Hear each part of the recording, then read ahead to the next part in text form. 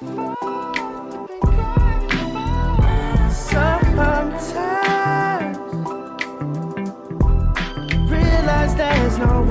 have tuned into Breaking the Mask of Depression with your host, Diva with Depression.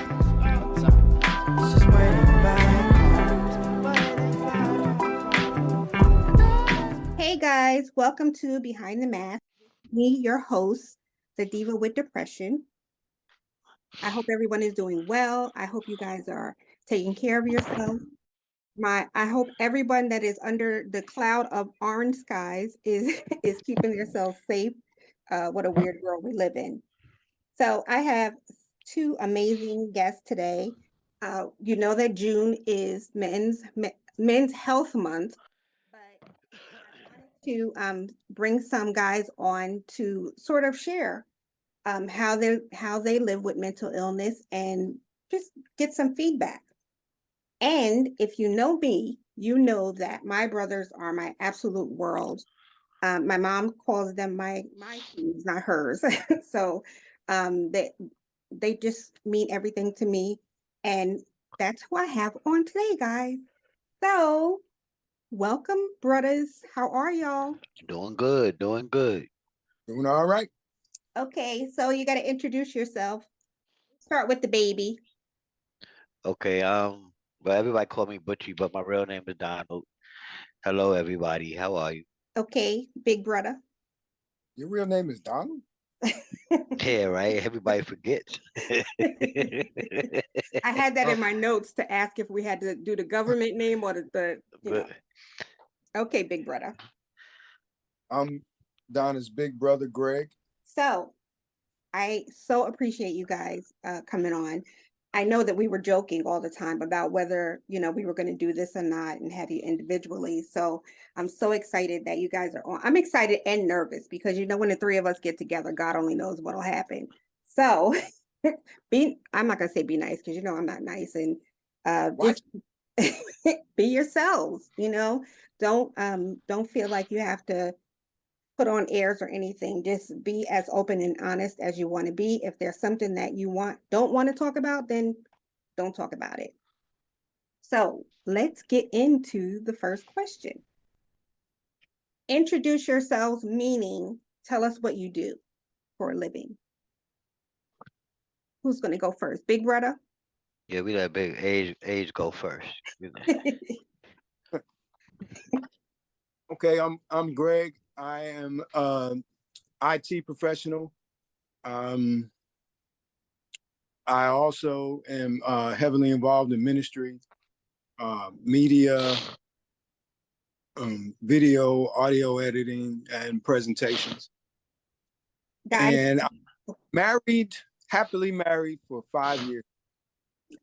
yay. You guys always hear me thank Illumination Technology at the end, and my big brother is Illumination Technology. So that's my shameless plug. I'll plug Illumination Media and Technology. Media. You see, I always get it mixed up. Thank you. We'll plug the correct name at the end of the show. Shameless plug. Okay, Butch, what do you do for a living? I am a truck driver, so I run the roads and bring you your groceries and your fuel and your toilet paper during COVID, that kind of stuff. Thank goodness for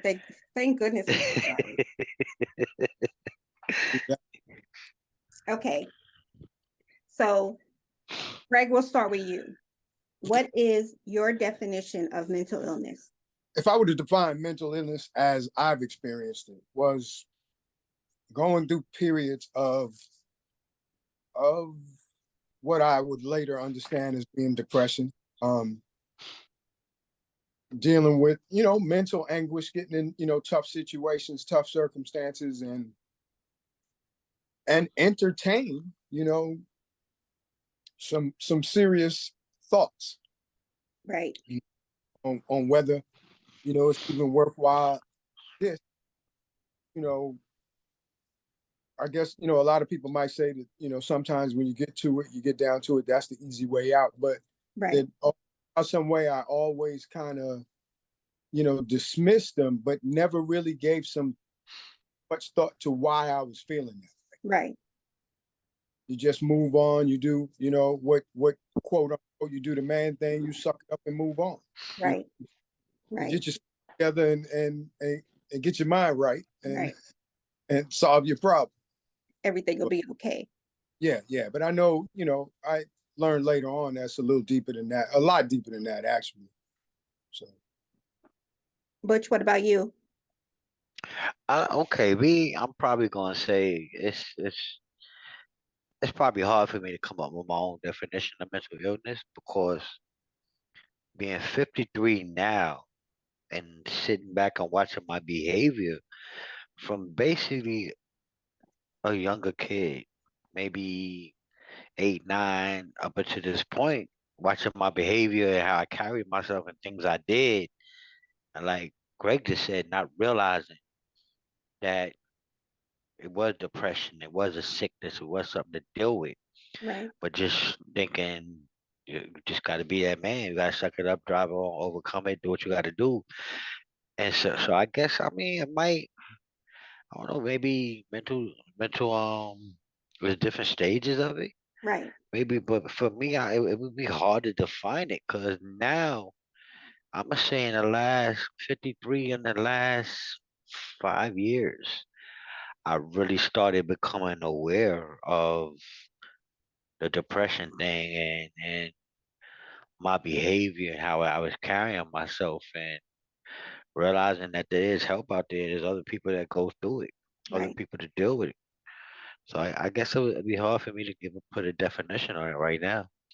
I well, one of the things that surprised me is when I was in the hospital the first time, mommy said that grandpa lived with mental illness. And, you guys know how we are about grandpa, the We strongest man in idolize the them. world, and to think that this man who raised us and always kept us in some sort of sanity and somewhat on the right path was living with this and never talked about it. And I think that's one of the things that always hits the back of my mind when I listen to men not talk about mental illness, because there's so many millions that don't talk about it, including you guys. Hmm. That's not something that, and even though as close as the three of us are, that's not something that we talked about. And until recently, like Butch said, until recently, I hear more you guys sort of acknowledging it more and talking about it more. I don't know if that's because you matured and because I'm always talking about it. So I think it's awesome that you guys are here. I'm going to keep saying that because you're going to help so many people. I think that, is kind of how it hit me too, because once I found out that that's something that grandpa battled through, I was almost in shock, number one. Right. But on the other side of it, then, that also let down that the fallacy of, well, you're a man, you really can't, you got to open up to that. You got to be receptive to it, Right. because if he through it and battled through it, then, it's a thing. It's a real thing. And that awakened me to it being, possibly generation. Right. Right. And another thing that I always share is, and I think that sort of opened my mind up to it not just being environmental. Genetics are involved, and just like you can pass down heart conditions and diabetes, you can pass down mental illness. And we know how it runs rampant through our family. So It does. hearing, grandpa being the first man in my life, other than you two, that helps a lot sometimes. You both have exact you both have just admitted that you have mental illness. And so looking back, at what age do you think that symptoms started to show up, Butch? Me, as far back as I can remember, I Right. mean, when I've sat down and looked into the past and my behavior like me, I would just go off and not bother. I don't want to bother with nobody. I would just want to be myself. And I'm thinking for so long, I say I'm Aquarian, we're loners, but I'm not realizing that that's a different kind of behavior. Right. And me, I guess not associate with people well, not letting people in, being by myself, don't want to be bothered, pushing people away. I'm kind of thinking that it's a kind of that behavior too, not letting people in. I can remember times at later stages in life, like say if I wasn't working at a time, I could lay in bed for 2, 3 days, Yeah. not want to be bothered with nobody. And Mm. later on in life, what I think what helps me deal is me working. Yeah. Like I knew I put myself in that position where I knew I had to get out there and work, but being a trucker, I could go deliver a load, go pick up another load, but I still don't bother with nobody. Right. People will call me, I ignore their phone calls. Right. Might not talk to loved ones for 2, 3, 4 weeks at a time. Yeah. It's like I alienated myself, and that was like my, I guess, form of depression or Yeah. mental illness, or how you want to put it. What about you, Greg? What age do you think that you noticed? I guess, it was hard for me to say, to really pick up on symptoms until I became a teenager. Or no, Yeah. in my teens. And one of the things Bush just said is, if I wasn't working, if things weren't working out, and again, we tie who we are with our productivity almost as a man, Right. and just like, grandpa raised us. Boy, you got to be out there working. And if you Yeah. ain't, you don't meet the criteria. So if I didn't meet the criteria, then that's when I start feeling down on myself. And what Bush just said is, I could spend 3 to 4 days in the house, in bed. I might get up to eat and go to the bathroom, but that's it. I don't want to speak to nobody. I don't want, and that carried over into my adult life. Right. Hmm. That I almost define myself by my productivity, or and unfortunately, the only thing that would snap me out of that was really unhealthy relationships. And I guess, in a way, that's all tied into your supposed manhood. Right. So one way or another, that to me was a sign. But I want to say something real quick, and this might not be all that popular, but I still don't have the mindset that I struggle with mental illness. It's Right. something I dealt with, Right. just like I am about cancer. Right. I don't say, yeah, I have cancer. I had it and Right. I overcame it. And Right. that's how I kind of feel about my struggles with mental illness. But that doesn't downplay it at all. Right. Yeah. And it's just my mindset. That's how I attack any attacks against me. Right. By I'm going to battle with. And that battle, my mindset is that battle I won. And Right. and I won this battle. But that's not, diminishing the effect of mental health on number one, on society, and in this particular instance, on men. So Right. Yeah. Um, one of the things that I wanted to say is that that is me in a nutshell. If I don't have an obligation, I will not get out of bed, or I will not leave the house. And it's not just us. I mean, I know millions of people think that way, but it's yeah, just so interesting to hear you both say that it's work that gets us out the bed and out of that mindset. And even if it's just for a couple of hours, as long if we have an obligation, we'll continue to do it. And there are probably so many men that overwork themselves because of mental illness or whatever it is, and not sharing that. So that's important. I'm gonna pick on you guys about when we were younger. And Butch, I'll start with you first, Hmm. because we already know that you was the wild child, when you were a Hmm. Hmm. teenager. Um, and of course, I'm always gonna protect you, and I'm never ever, that's how I've always been. So I'm just Yeah. No make sure that question. you're straight, but we never discuss certain things. And so some of the things that you did when a teenager, do you think that, and you can share them if you want, but do you think that some of your behavior as a teenager was connected to just being a teenager, or being a teenager that was going through a struggle? I think I could say trying to fit in. Yes. I guess if you want to trying to fit in, like I mean, running with gangs. Right. I was never. I even had them. My. I still call them my brothers, my gang members. I even had them telling me, "What are you doing here?" 'Cause this ain't Right. true. Right. But I always tried to. I always tried to keep up, and that's what I always to this day I say it. I always tried to keep up. Right. You know, I knew guys that turned into killers and kingpin drug dealers and stuff Right. like that. But just me, that was never in my heart. Right. But trying to, once again, trying to fit in. Right. You know, trying to, I don't know, searching for something that was missing. I guess I don't know. I guess that's what it was. Yeah. But just wasn't never truly me Right. from.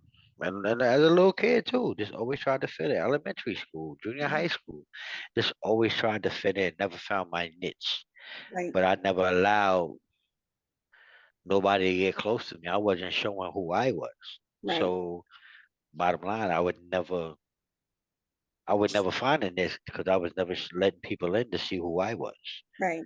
Right. So if that's part of it, oh, you the expert here. I'll follow your lead. I'm not an expert. Um, but You I are. want to say, I have to say that your character when you were talking about not talking to people and stuff like that. So I Hmm. want to tell my listeners that my nickname for you has always been Marmaduke because you were always jumping up on somebody and kissing them and hugging them. Hmm. And so that behavior of you separating yourself and isolating yourself Yeah. is so out of character, you know. Um, And even you guys, we went right, months, like 3, 4, 5 months, when I right, wouldn't even call. right. I wouldn't even talk to none of you guys. Yeah. So that was. I mean, it wasn't right. I understand. No, you know what? There's no right or wrong because we all have to cope with life as we can, Hmm. without answering to somebody or anybody, Hmm. and you had to do what you had to do at the time. So never say sorry for that. Hmm. Um, Greg, give me an example of maybe how it showed up in your teenage years, or not just teenagers to 20s or whatever. Yeah, I mean, just like I said, tying myself in, and I guess in a lot of ways, just to hear Butch say it, I was always my identity wasn't always in something else. Right, That's kind of how you got your fulfillment. That really took your mind off of whatever problems you were trying to hide, right, and but they end up, once you get into the latter stages of adulthood, they ended up, you know, snowballing, right. because all you really did was sidestep them and not deal with them. Exactly. Yeah, Eventually, they all, got you where you are in later adulthood. I always would feel bad, not steady, the traditional, steady job, you right, know, around in jobs. I bounced around in, places to live. I bounced around in relationships. I bounced around, So it, and that snowballed as you got to an older adult, and that's when those depressive moods would set in. Like you're right, looking Hmm. around, you're evaluating. Now you're older, and you're starting a self-evaluation. You're looking around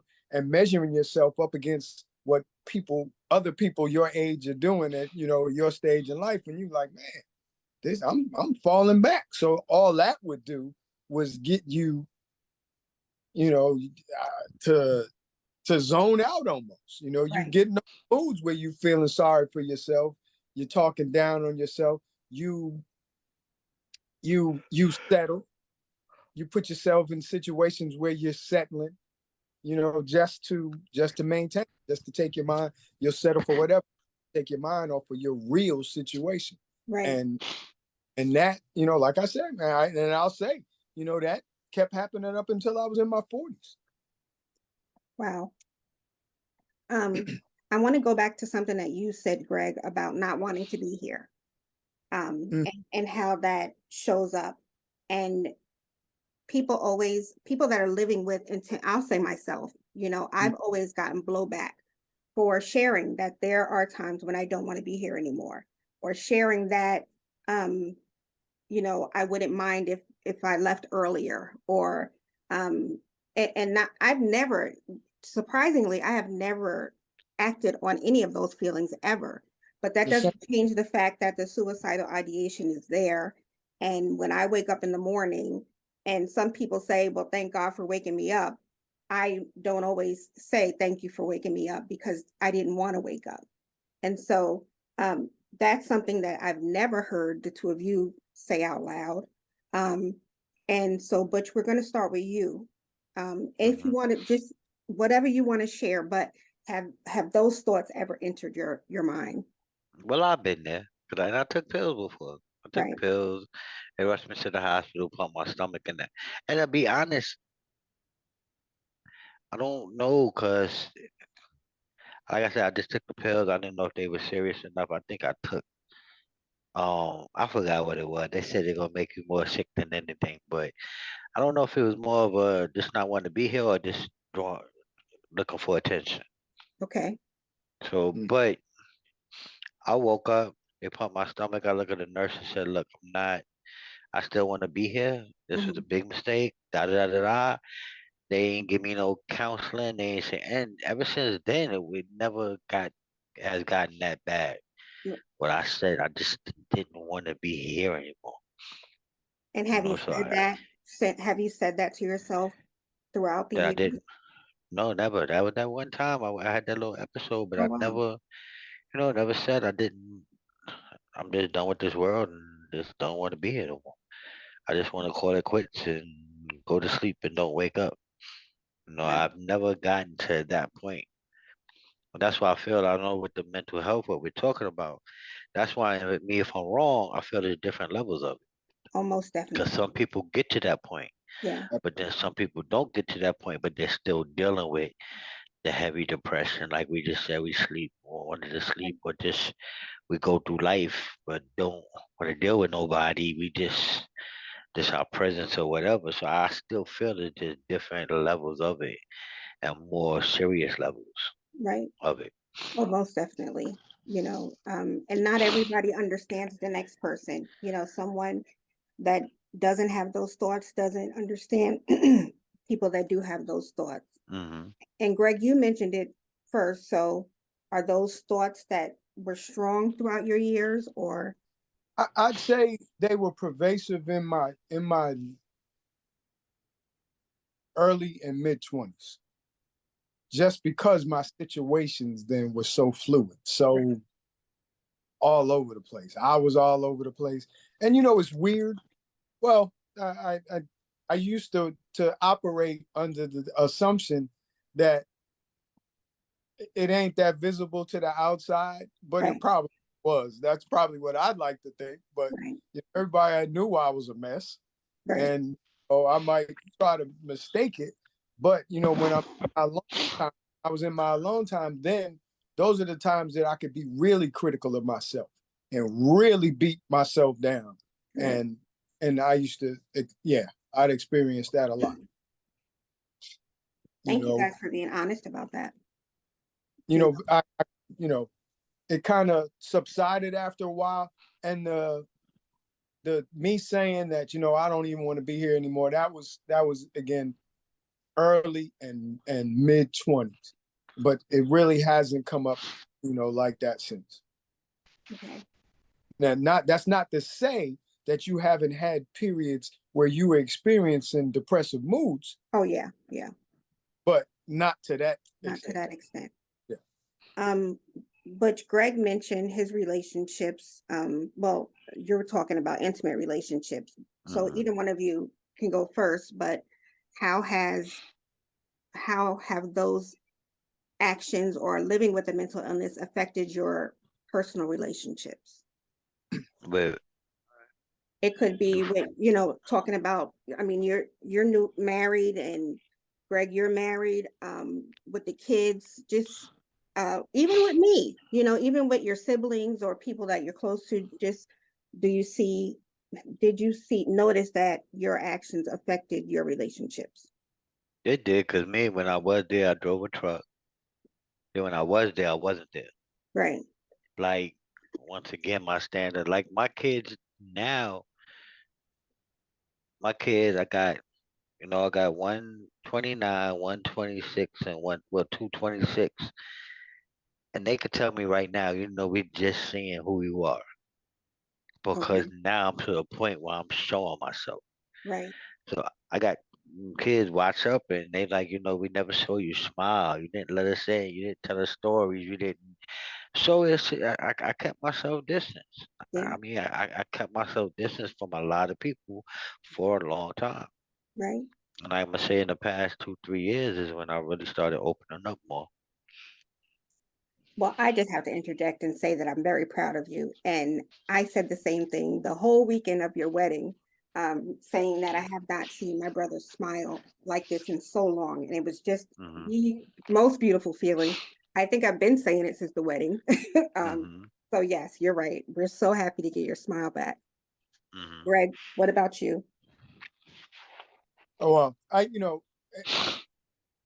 and again, I never realized this or gave it that much thought while I was going through it. But I can see how it manifested itself in the inability to sustain quality relationships. I Right. can also how it led me to just casual and convenient just because that was my distraction. Right. That was that's what would get me. It was almost like the drug. Right. That was what make me feel better than it really was. Right. That was it okay. And so there was no real substance to it, as far as I'm concerned. Yeah, some might have lasted longer than others, and I didn't really have disastrous, maybe with one exception, but it just you can see they weren't healthy, and they Okay. weren't is because I wasn't bringing anything really that healthy into it. Just Right. because you know immaturity, um, and just inability to really self-analyze and know. And because if you jumping over what the one of the real issues are, then you really ain't going to diagnose it. You're not going to be able to self-diagnose it. So Right. if it's going through depressive spells and moods and depression itself, and you don't call it that, you don't recognize it, then the end result ain't going to be pretty. Right. Yeah. you know Um, I, I wanted, and not, I didn't have this on the list, but Greg mentioned it first. My addiction, my coping, food and smoking, cigarettes, y'all. You know, I remember. different things like that. So let's just say food and smoking were my coping mechanisms. We're not going to say that food is gone, but smoking's gone. Butch, did you have any addiction stem from your feelings? I mean, well, I spoke to drinking. Mm-hmm. I mean, different meaningless relationships. I mean, Mm-hmm. I was in a marriage, Right. but unhappy in a marriage, seeking out other, you know, other forms of basically just other women. Right. And I guess that's what it was. Yeah. One of the things that I always share is that so many of us looking for love look other places and Mhm. end up in situations that we don't want to be in, Mhm. and that could be being overweight, having an addiction, having outside relationships or meaningless relationships. Those are all the ways that we cope with not receiving something. Mhm. We go looking for it. But that's not something to be ashamed of, because I think that once you can admit it, you're free. Well, not free, but you said it. It's the first step, and then we can move on. So, like I said, I was going to say it a bunch of times throughout the episode. I'm so glad that you guys are being open and honest about it because many men won't admit, like having an affair is looking for something that they're missing. So, Mhm. thanks for being open about that. Have you Yeah, guys ever? I'm sorry. No, no, I'm saying my life was one big affair. Right. And think about it, a series of committed relationships, Right. then, or, yeah. And to be honest, I stayed in a relationship for 30 years because of something that was missing. So Mhm. it can go both ways. That we were looking for love. Look, what did Eddie Murphy say? Looking for love in all the wrong places. That's what we were doing. Um, have you guys ever taken medication or went seeked out professional help? Mm-mm. No, Butch. I, I'm taking in the military. I was forced to. Okay. In the military, I went through when I went through the AA stuff in the military. Hmm. Part of that, they had me see. I had to go talk to a counselor for three. I guess normal procedure for a counselor is you got to have 3 sessions. Okay. So they had to give me 3 sessions for the counselor and all of that and everything. But once again, it stemmed from depression because now I'm in the military, Right. and in the military, you just don't show up for work. Eh, That's that'll end everything. right. And that's what was going on with me. That was at a time of my life where it was just unbearable. It was just ridiculous, and I wasn't showing up for work. You got formations, and you're not showing up, so you don't do that in the military. It's heavy consequences behind. So that's what I was going through.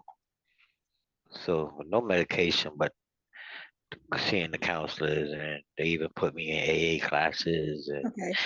all of that kind of stuff. What about you, Greg? No medication, no therapy or anything? no, there was one time. Actually, this when I probably about 10 years ago, I went to the VA and they suggested that I go to counseling, but I thought I had kind of been past most of the stuff that I would have told them about. I went to one session and never went back. But again, by then I'm thinking this is behind me. Right. And and I kind of think the mindset, it was somebody talking about, or now that you're going through the VA, they'll help you in your VA claims. And I didn't honestly, I was at a place where I didn't want to claim that. Okay. Okay. Not I'm going through it. But my help wasn't clinical. Right. Okay. Um, hmm, thank you for answering that. Okay. As men, because this will tie into neither one of you getting professional help. As men, what do you think is this like why is there a stigma against men seeking help for mental health reasons? Cause Sign of weakness. yeah, Okay. Mhm. yeah. Okay. Cause we're men. Just that Manly macho, that men. macho about us, and You. it's just a Ab- sign of weakness. You're not ab- holding yourself down and this and Yeah. that. Take care of business. Right. If you running around saying, "Oh, depressed or sick or whatever," it's just, just That's feel it's not a good look. Right. yeah, societally unacceptable. Right. Say that. I'm talking about, our it's culturally it was for a long time culturally unacceptable. And I mean in our culture, in our Right. subculture, Right. it's unacceptable for you can't be labeled a strong African American man and then say you're battling depression. Well, Right. because that is a kink in the armor. You couldn't have it both. Right. You know, Hmm. that stuff that we absolutely were not going to admit to. And that's crazy because as African American men, we're living with 400 you're living with 400 years of PTSD, and never ending turmoil, and you can't admit that it's bugging you. Yeah, but we're not conditioned that way. We're not raised that way. We're raised that regardless of what the circumstances are, you have to battle it. You got to be a warrior and you got to overcome it.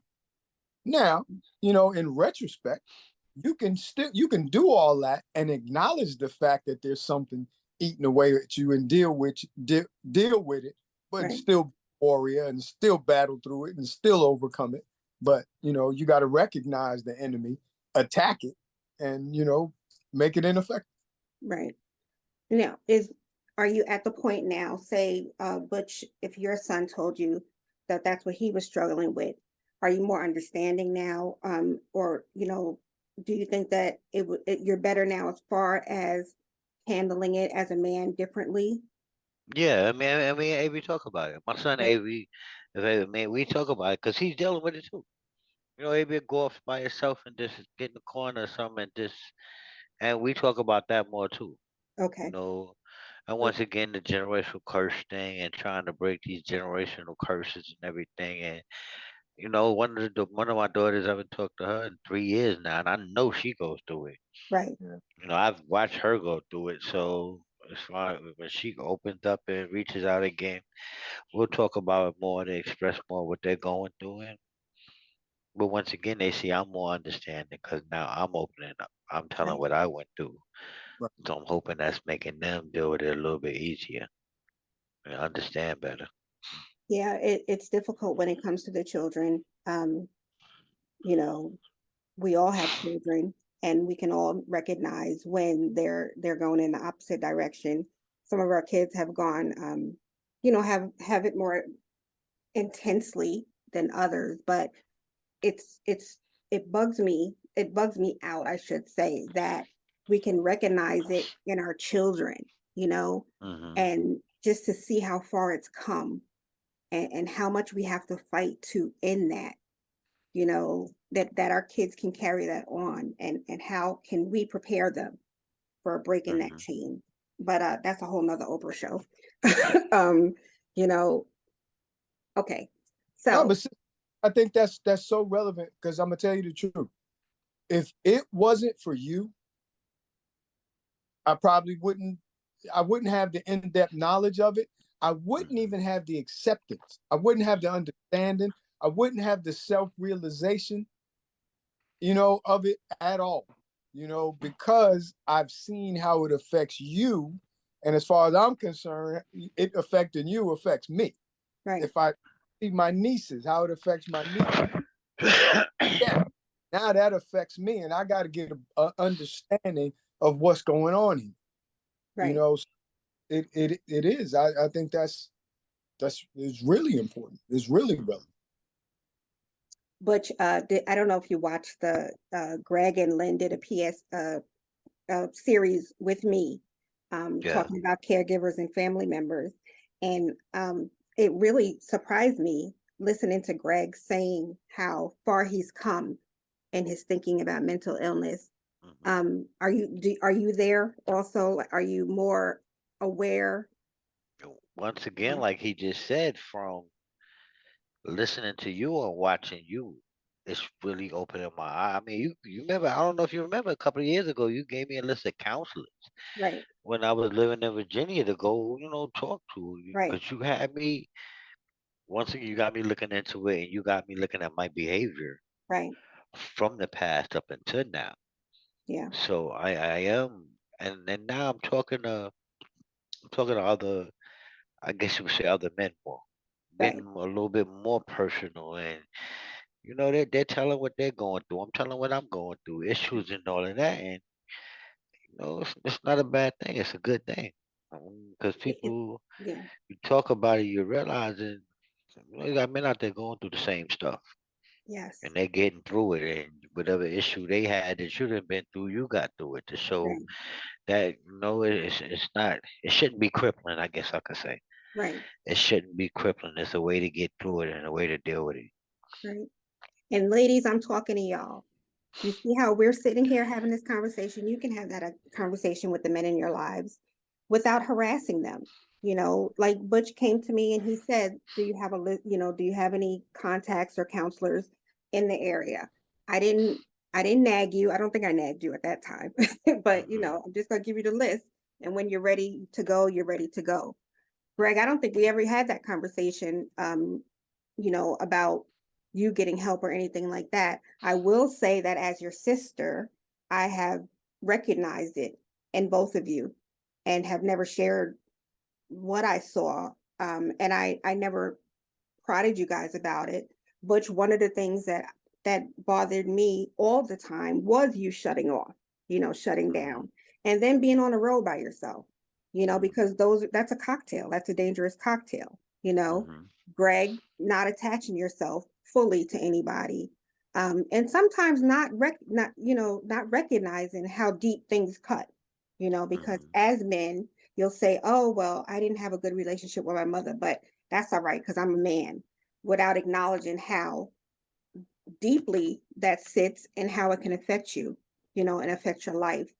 Mm-hmm. And I wish more people would talk about that, and we're going to talk about that on another show about parents. But and this is a short conversation talking about parents. Um, of course, we grew up with the same mother, different fathers. Do you think that you recognize now some of the mental health issues surrounding parents that contributed to who you are and how you've grown up, Most definitely. Greg? I mean, I mean, there's no doubt that is such a big factor Right, in my development and our development, and in the realization of how it affects the three of us and our mm-hmm. children and right, the family around us. So that whole dynamic comes into play. right, My grandfathers, my uncles, the family as a whole, the whole dynamic, how one cog in that whole dynamic is a ripple effect. right. So, and that's kind of what brings me to where I am today, and how I approach it and how I'd like to approach it. But that could be another show too. Yeah. Were you going to say something else, Butch? Oh, no, no, no. Okay. Okay. So that'll bring me to my next question is, where are you at mentally today? Greg, Butch, whoever wants to go first. Go Okay, first, okay, Greg. okay. Greg, go ahead.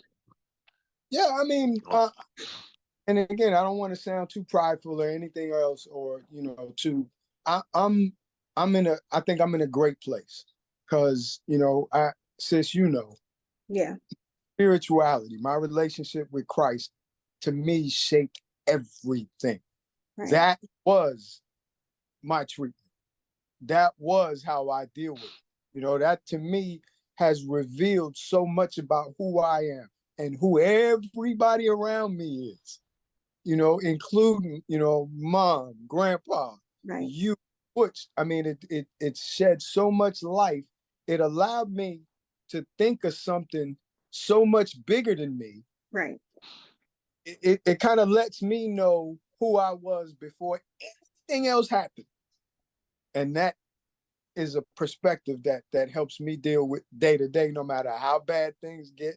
Because that don't stop things from getting tough, right, yeah. things from happening. But it shapes how you deal with them, your approach to them, right, and more than anything else, it shapes how you think of yourself. right. That has helped me immensely, Exactly. and now the big thing is to help others. Yeah. What about you, Butch? I mean, same thing. I think, like, man, like drug addiction. You don't never get rid of it. It's Right, still there. You learn how to manage it. You learn right, how to alcoholism, the same thing. You don't get rid of it. You learn how to manage it. And I think with the depression, it's still there, right, but you got to learn how to manage it. And then me, I feel I'm in a better place now. Now I'm interacting with people more. I'm talking more. My wife, you said earlier, I'm newly married, so now I could pick up the phone and just talk to her. If I'm in a bad mood, she pick up says she lifts me up too. Wanting more into the church. It's just I'm just not that depression. I'm feeling better about myself. I'm feeling better about my walk, my walk on this planet, this world or whatever. Building, like I said, build relationships I felt I hurt in the past. That those I'm rebuilding those and making those better. So just I'm not giving my chances just to go back into that place. If I feel it coming on me, like I said, talk to somebody, reach out to somebody, talk to them, right. and I just don't let this. They don't let me go that deep. I guess that's how I'm dealing with it. That's cool. Greg, is your wife around? Is your wife nearby? She's about to be. Okay. What would you say to men that are dealing with mental illness? Butch, we'll let you go first this time.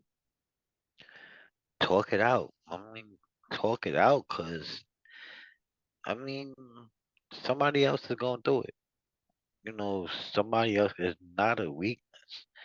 It's not a weakness and it can be crippling. But just talk it out. I mean, you got brothers out there, homeboys, whatever. Just shit out there and talk it out. It's not a sign of weakness to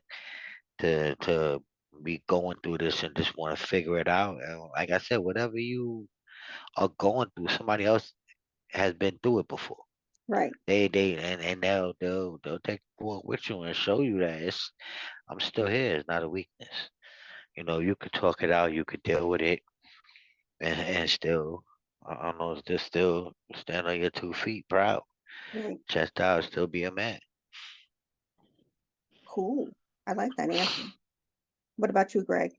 One of the biggest things you gotta, and this is something I'm sorry I didn't do more, is the self-realization. You gotta be real with yourself, number one. You gotta to kind of put down what society says who you are and things they say you should or shouldn't do. You got to be real. You got to be open. You got to be honest. You gotta. I know it's easier said than done, but when you think you want to cut yourself off from the world, that's when you got to have a system of people to reach out to. You Right. got to have people you can talk to. You have to. It's imperative. And like you were saying, there's no shame there. You got to be in a no shame, no condemnation environment. Somebody that's going to be there to support you, and you just gotta let it out. You gotta know you ain't alone. There's a whole lot of other folks going through this, and there's folks that can help you through it just because they've been through it. Yeah. Mm-hmm. And that's I think that's key, especially in Black and brown communities. The more we share, the more we get loud about it, we start to help people. One of my things that I say as a big sister and a baby sister is that you guys are my life. Everybody already knows that. But in the past couple of years, I've noticed a change in you. And Greg, that's 5 years with you. Butch, that's about 2 years with you. I've noticed that you guys are happy. And for the three of us, that's all that mattered is making sure, or even, hoping that we get to happy. My beautiful snitcher-in-law, you have brought so much to my brother's life in the past 5-6 years, that it's truly amazing. And you already know how I feel about you. But Mm. but the bonus question for you guys is, you've heard your husband talk about mental illness. Have you seen those traits during your marriage, and how did they show up? April. Oh wow. So not even being prepared for this here question. And it doesn't have to be anything major. Let me see. Um so one of the things that I think, mm, I hate to even say mental illness for him, but I think as you're exploring it and we're looking at reality of some things that I Mhm. see, Mhm. you and I have already spoken about Right. the, and if there was cameras, I could show you the room pretty much right now. He thinks that's normal. Right. For me, I think it's very abnormal. Right. Because I think it also speaks to how the brain works. Right. So if you have a lot of uh, uh, what do you call it, chaos around you, Mhm. then pretty much your brain is going to be just as chaotic. Right. Thought process and stuff. So But that's one. I think the other maybe how certain things may trigger him to respond in a different way. Right. Right. And when I say that, I mean like there are certain things that can be said. Maybe now, I'm being very transparent here now. Of So course. Of course. We want to help everybody. So okay, so if his mom says certain things, your mom right. says certain things, Mm-hmm. he will. Whew, I mean, he just like explodes on Right. certain, Whereas, if I was to say, or if somebody else were to say the same thing, Mm-hmm. it be as bad. But it would always still trigger him to go back to, that the response that he would give if Right. it was his mom saying it. So, that's one. I'm not sure about anything. What else do you think? Now it's for you. I don't know if ADHD has anything to do with. Definitely. With, that is definitely something that he deals with. Right. And I think that it's so important. And I want to thank you guys for doing this, because I think it's important to see how we can be loving wives and siblings and still help. Yeah. April, you see everything, and in spite of, you're madly in love with your husband. I see that all the time. Even when it gets crazy and you call me, you're calling me because you love your husband. And because I understand why there's clutter everywhere, which as a matter of fact is one of my next episodes on hoarding and clutter. But and how all of these things tie into our childhood. And so as a sister, I want to say thank you for loving him so much that you love him through everything and continue to love him through everything. And even love me with my crazy self through everything. But and you guys have endured, since your marriage, began, you've endured, and you guys are still strong and in love and helping each other. So Now I'm not. It doesn't drive me crazy oh, sometimes. listen, yeah, I Definitely know. say that because I'll walk in the room and turn around and walk back out. Which is one of our stories when we were dating. All and I tell him I'm coming and thinking that he's all prepared for me. And when I get there, open the door and I go, oh my God, Mm-hmm. and Yep. turn around and drive all the way back to Greensboro. Like, I can't do it for today. Oh, you wasn't supposed to do that. And so now we're going to talk to my new sister-in-law, Miss Sharon. Thank you for coming on. Yeah. Thank you for coming on. I want to say, I have to always share this when I say Sharon, that my brother and my sister-in-law were in love at 14 years old. And many, many, many, all these years later, reconnected, and I've never seen him happier. And so you've heard, we were talking about it before the show started, that you wanted to listen in to get some feedback about him. Mhm. But you've heard him tell you his story, and Yeah. you notice what goes on. What are signs that you see in Butch as his wife that may be connected to mental illness? Um, wow. I've really never connect him to mental illness. Mhm. What I have connected to was the life that he endured, the trials and tribulation, his past marriage, the trauma. I recognize the trauma that he experienced through the years. That's beautiful. And what happens is he have triggers based on those traumas. Right. For example, the laundromat is his trigger. Okay. he's in the truck and he's like, baby, when I come home, we're gonna do the laundry, and he would do everything else in the world. Then he's on the truck and he's gone, and I'm still doing the laundry by myself. So that's definitely one of his childhood triggers. That comes from Picken Avenue. Listen. Me and Donna. Listen. There's I have some- tears in my eyes listening to you, but go ahead, Sharon. So what I gathered from my husband is he definitely make me recognize the strength in me in terms of patience, Right. and understanding.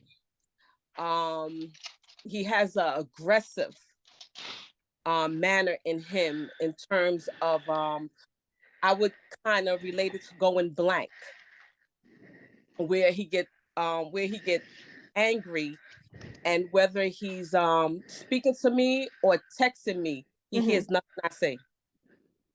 We can have a 2-hour as long as he is angry, he hears nothing. Right. So that's something that him himself is working on. What I admire about my husband is, no, he claims that he didn't seek counseling, but he did. Him and Greg both, but the counselor that they seeked was the Lord. Right. And I admire how when he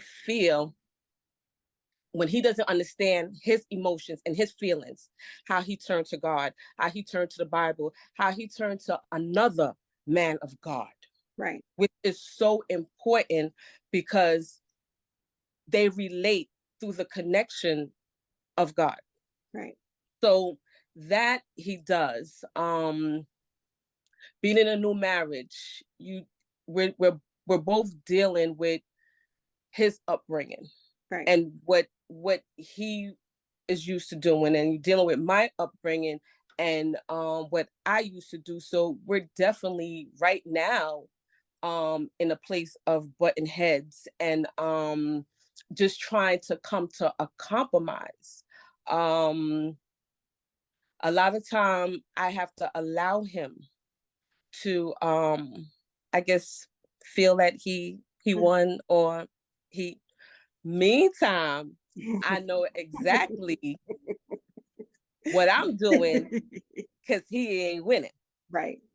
So I have to do, I have to in other words, I have to allow him to get it out of his system and get the anger out, and give him a couple of days. And a lot of times I don't have to go back to it. He comes to me and say, well, I was a little harsh.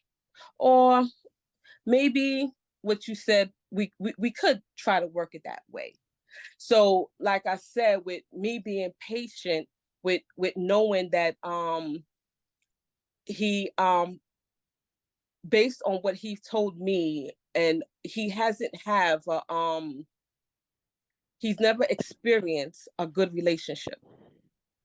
And like he said earlier, one of the reasons he never experienced a good relationship, or a healthy, let's say a healthy relationship, is because he never opened up.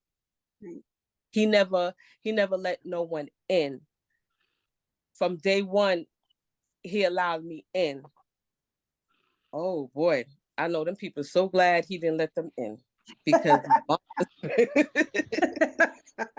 my husband, but I love him and I adore him, and the fact that he wants to be a better man. He wants to be able to control his mental emotions, because he wants to make sure that I'm happy. I feel that his drive on being a better man is because he wants me happy. Me being happy is so important to him, that drive he gets for, again, opening up more, talking more, speaking out. Even when we have certain issues, he talks to people, because he, at the end of the day, he just want us to be okay. He want me to be happy. He wants to maintain the happiness that he received from me. And he does a good job at it. That's awesome. He does a good job at it. You know, again, I've never related him to having mental illness, but I see where it's something that's also hereditary, passed down, for generations. And I do recognize that, being around you guys also helped me to recognize my own little quirks, my family issues. It opened my eyes to I deal with my sister suffers from mental illness. Okay. I'm speaking hospitalized, I'm speaking medication, I'm speaking suicidal. She physically tried to take her life. She tried to electrocute herself in the tub. I don't think I've ever said that out loud. Pills. She tried several times, to take her life, and it's really bad. And she deals with it the best way she can. She lashes out a lot on me and my brother, but we know her illness, and we allow her to. What breaks my heart is that it was passed down to her children, and the oldest is 20, the youngest is 16, the middle one I believe is 18 or 19, probably 19. No, the oldest is probably 22, and the middle one is probably 19, and it came out, the attempt came out in my middle nephew. So it's definitely something that touched my heart, and that is really personal to me. Like I said, being around you guys, I understand that you've taught me that it's nothing to be shamed about having that in your in your surroundings. You guys taught me that you know talking about it, or accepting it, recognizing it, and just having patience with it, and again, getting rid of that guilt, getting rid of that shameness, really helped with my dealing with my sister and my mother as well. I'm saying that not to say that my mother suffered from mental illness, but my mother have no experience in mental illness, which I feel that because I don't have we don't have no prior experience, I don't think that we did my sister justice. Right. On how we handled certain outbursts and certain situations that at first we didn't recognize it, and then by the time we recognized it, she had already committed her first attempt to take her life. By the time we recognized it, in her in her early 20s, maybe 19, 20 years old. So again, because we don't know how to handle it, I felt that we didn't do my sister the justice that could have been done with her. So it's a learning experience, and I listen to your podcast, and I listen to your posts, and I read a lot of what you give out to the public, and thank God for you. Thank God for everyone that wants to be awareness that mental illness is real. And I thank you for that, and I appreciate that about you, to be able to go through and live with mental illness and still have the strength to talk about it and share it, because a lot of people that's dealing with mental illness, that's the hardest thing for them to do. And by you encouraging everybody that it's okay, it's all right, is a day by day, is every moment, every time you get up, every time you take a step, that's important. And knowledge is power. So, you know, my husband, I really don't have no complaints about him. I know his past. I know the life he lived. He's very honest. We talk at least 8 to 16 hours a day. Is not much I don't know about my husband at this point. So I definitely know that trauma in your life is a big part of your level in mental health, in mental illness.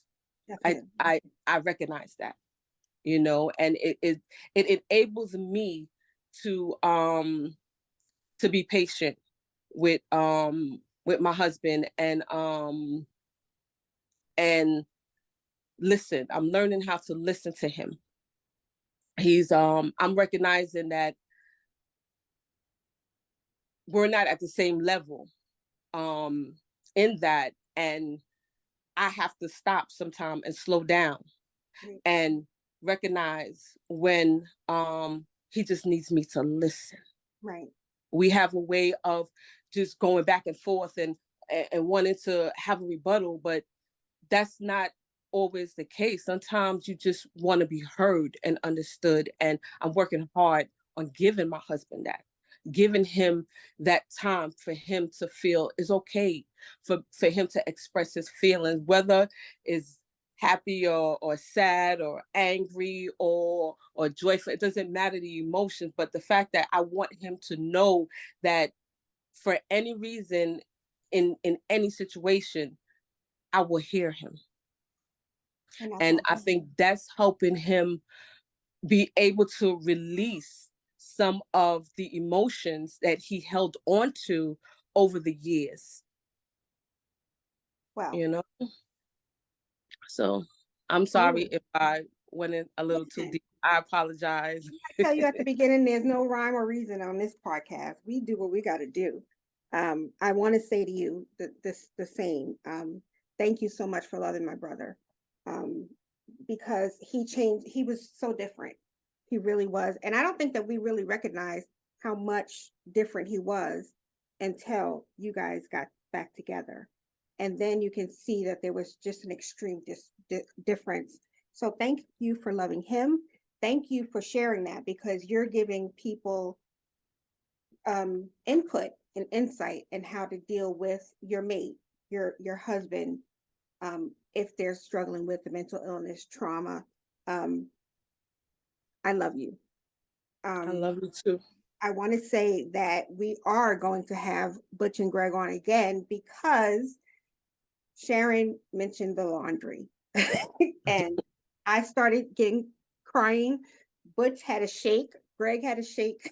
So, but one thing that I share, and one thing that I share is that there are triggers that you can't even imagine, and they could be big, small, or whatever. But to hear Sharon say laundry, and the three of us, the expression on our faces just changed, because listen, I tell people I can never physically go to a laundromat ever again in my life. Everywhere I live has to at least have a washing machine, because I will not. Yep. And that's how he feels. Yeah. And he's adamant about it. And thank you. I just had a understand about pushing the cart up to New Lots Avenue. The cart was so tall I couldn't even see over it. Exactly. That's how little I was. Carrying that shit up 4 flights of stairs. Okay. So let me bring back. Let's get it back. I regret that one. Let's bring it back. Because I am going to have you guys on again, because lastly, one of the things that people talk to me about is they hear me talking and they don't realize that I have siblings because, you know, they don't hear me talking about you guys in that light. They know that there's a big brother, they know that there's a baby brother, but this is the first time that they've ever heard the three of us come together and share as we did. And so I want to thank both of you for coming on and giving men hope, giving men some tools, giving men some nuggets, because you guys, and I'm not just saying this because I'm your sister. I mean, it could be because, but you guys are amazing men. You know that. And hearing it come from amazing quality men like you is going to change lives. So I want to thank you guys for being here. Is there anything that you guys would like to say before you tune out? I'm glad to be here. I'm glad you involved me, and I would really like to do it again. Okay. Greg. Ditto. Ditto. I want to thank you guys also for supporting me and for loving me. Sharon just made me cry again because you just never know who's listening. And I think that that's why I do what I do, because you don't know who's listening. But I want to thank you for being my brothers and for always supporting me no matter what and loving me through no matter what and just to helping me to keep going, because you guys are two of the people why I'm still here today. And So you just remember that I you do.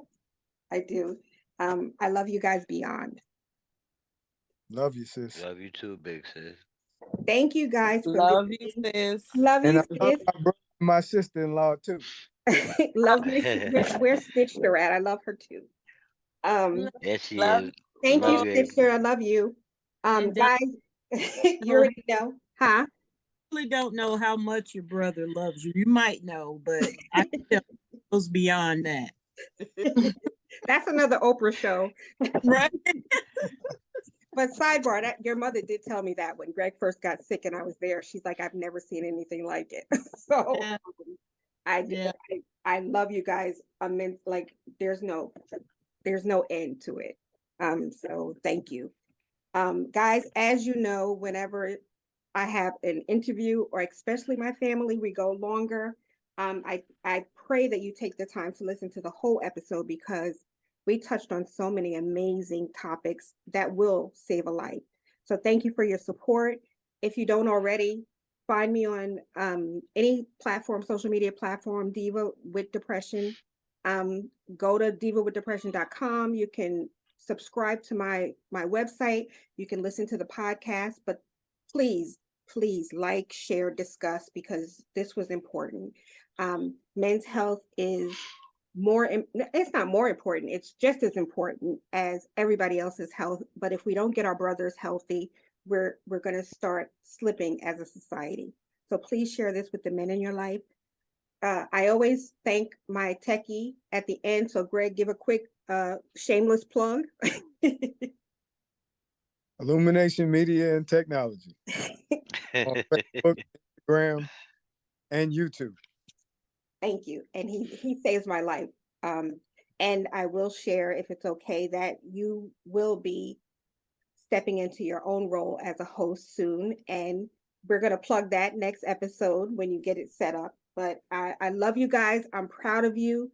I love my snister and my sister. And you guys have an amazing evening, week, life. Find some peace, find some joy, even if it's just for 1 minute. Take care. Love you. Love you, sis. Bye. Bye. Sometimes realize that